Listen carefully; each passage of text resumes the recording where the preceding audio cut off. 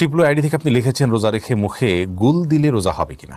ভাই শিপলু, সাধারণত গুল যেটা যারা গুল খেয়ে থাকেন বা মুখে নিয়ে থাকেন, আমরা দেখি তারা মুখের এক পাশে দিয়ে দীর্ঘ সময়টাকে ফেলে রাখেন। তো মুখের এক পাশে গুল দিয়ে যদি ফেলে রাখেন, থুতুর সাথে সেই গুল আপনার পেটে যাবে, একটু হলেও যাবে, অল্প হলেও যাবে, সেই সম্ভাবনা খুবই স্বাভাবিক। যার কারণে এটি জায়েজ হবে না রোজা রেখে। এটি করলে রোজা ভঙ্গ হতে পারে, রোজা ভঙ্গ হবে। দাদি নানি আইডি থেকে আপনি লিখেছেন জাকাতের টাকা দিয়ে কোনো এতিম বিধবার ঘর করে দেয়া যাবে কিনা। জাকাতের টাকা দিয়ে ইয়েতিম অথবা কোনো বিধবাকে আপনি ঘর করে দিতে পারেন যদি তারা জাকাতের হকদার হয়। এতিম হলেই যে জাকাতের হকদার হবে এমনটি কিন্তু আবশ্যক নয়, বিধবা হলেই যে জাকাতের হকদার হবে এমনটি কিন্তু আবশ্যক নয়। একজন ভদ্র মহিলা, তার স্বামী মারা গেছেন, তিনি বিধবা হয়েছেন, কিন্তু তার এত সম্পদ আছে যেটা দিয়ে তিনি চলতে পারেন, তাহলে সেক্ষেত্রে তিনি জাকাতের হকদার নন। এতিমের ক্ষেত্রে একই কথা প্রযোজ্য।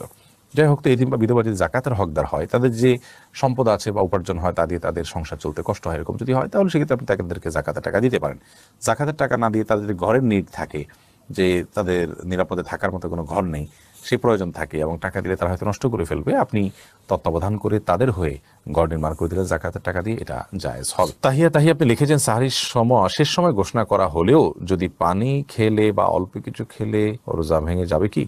আর সাহরির সময় শেষ, এটা যদি আপনি নিশ্চিত হন টাইম শেষ হয়ে গেছে, তারপরে যদি আপনি পানি অথবা মেডিসিন বা যাই খান, অল্প যদি খান, তাতে রোজা ভাঙা হবে এবং এই রোজাটা আপনাকে পরবর্তীতে রেখে দিতে হবে। শাহিন আহমেদ আপনি লিখেছেন আমার ভাইকে বিদেশ আনার জন্য কিছু টাকা রাখা হয়েছে, এখন কি টাকার জাকাত দিতে হবে?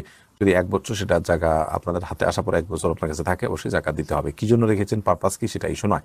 টাকা যেন অলস বসে না থাকে, সেজন্য জাকাতের এই বিধানটি রাখা হয়েছে, অর্থাৎ অনেক কারণের ভিতরে এটাও একটি কারণ। এমনি মুস্তাফিজুর রহমান আপনি লিখেছেন রোজা রাখা অবস্থায় যদি কোনো ব্যক্তি মারা যায়, তাহলে কি তার জন্য বিশেষ কোনো ফজিলত রয়েছে?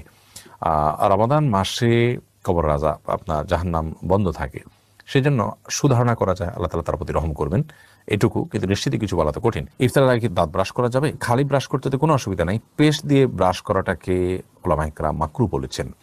যদি আরবেন স্কলাররা সেটাকে মাকরু বলেন না, তো মাকরু হওয়ার মতটাই অধিকতর শক্তিশালী। কারণ হলো এটি ছাড়াও আমরা আমাদের দাঁত পরিষ্কার করার অপশন আছে। তাহলে বিনা প্রয়োজনে দাঁতে এটা ঘষলাম, তাহলে থুতুর সাথে আমাদের এটি পেটে যাওয়ার সমূহ সম্ভাবনা থাকছে। এই কারণে এটা অ্যাভয়েড করাই ভালো। আমরা মেসওয়াক করবো বেশি বেশি করে, আর খালি ব্রাশ করতে পারি, আর পেস্ট দিয়ে ব্রাশ করবো আমরা তার সারি করা আগ পর্যন্ত। যদিও যদি আপনি ব্রাশ করেন পেস্ট ব্যবহার করে এবং কুলি করে ফেলে দেন, মানে কোনোভাবে যেন গলার ভিতরে না যায় সেজন্য আপনার চেষ্টা করেন এবং না যায়, তাহলে সেক্ষেত্রে আপনার রোজা হয়ে যাবে, রোজা হবে না, বাট সেরকম না। মাহিরুদ্দিন আপনি লিখেছেন তারাবি নামাজ 1 রাকাতে মাসবুক হলে ইমামের সাথে সালাম ফিরাবো নাকি 1 রাকাতে দাঁড়িয়ে পড়বো? 1 রাকাত পাননি, আর 1 রাকাত পেয়েছেন, তাহলে ইমাম সালাম ফিরিয়ে ফেলেছে, আপনি দাঁড়িয়ে আরেক রাকাত পড়বেন, পড়ে সালাম ফিরিয়ে ফেলবেন। আব্দুল্লাহ বাকি লিখেছেন রোজা অবস্থায় মেডিকেল চেক আপ, রক্ত এবং প্যাথোলজি করা যাবে কিনা? যাবে, কোনো অসুবিধা নেই। ফাহমিদা আপনি লিখেছেন শ্বশুরের হাত পা টিপে দেওয়া পুত্রবধূর জন্য জায়েজ আছে কিনা? এটা করা উচিত নয়। কারণ হলো শ্বশুর তার হাত পা যদি পুত্রবধূ টিপেন, তাহলে সেক্ষেত্রে মানে কল্পনার জেনার দুয়ার উন্মুক্ত অন্তত হতে পারে, কমপক্ষে এতটুকু হওয়ার সম্ভাবনা আছে, যার কারণে গুনাহের দ্বার পর্যন্ত বন্ধ করতে হয়, এটাকে সাদ্দু জারায়া বলা হয়। তো যার কারণে এটা জায়েজ নয়।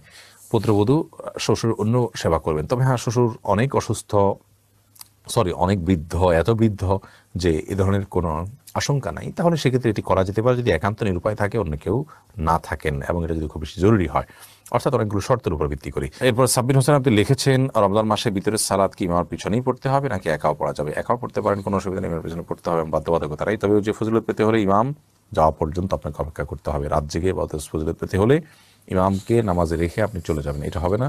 বরং আপনি প্রয়োজনে অপেক্ষা করতে পারেন, দুগুজি কি রাজকাত দোয়া পড়লেন, এরপর বিতির শেষে সবাই যখন গেল আপনি তখন বের হলেন। আহমদ রহিম আপনি লিখেছেন তারাবির নামাজ না পড়লে কি রোজা হবে? জি ভাই, অবশ্যই রোজা হয়ে যাবে। রোজার সাথে তারাবির নামাজের সম্পর্ক এরকম নয় যে একটা না করলে আরেকটা হবে না, দুইটা স্বতন্ত্র ইবাদত।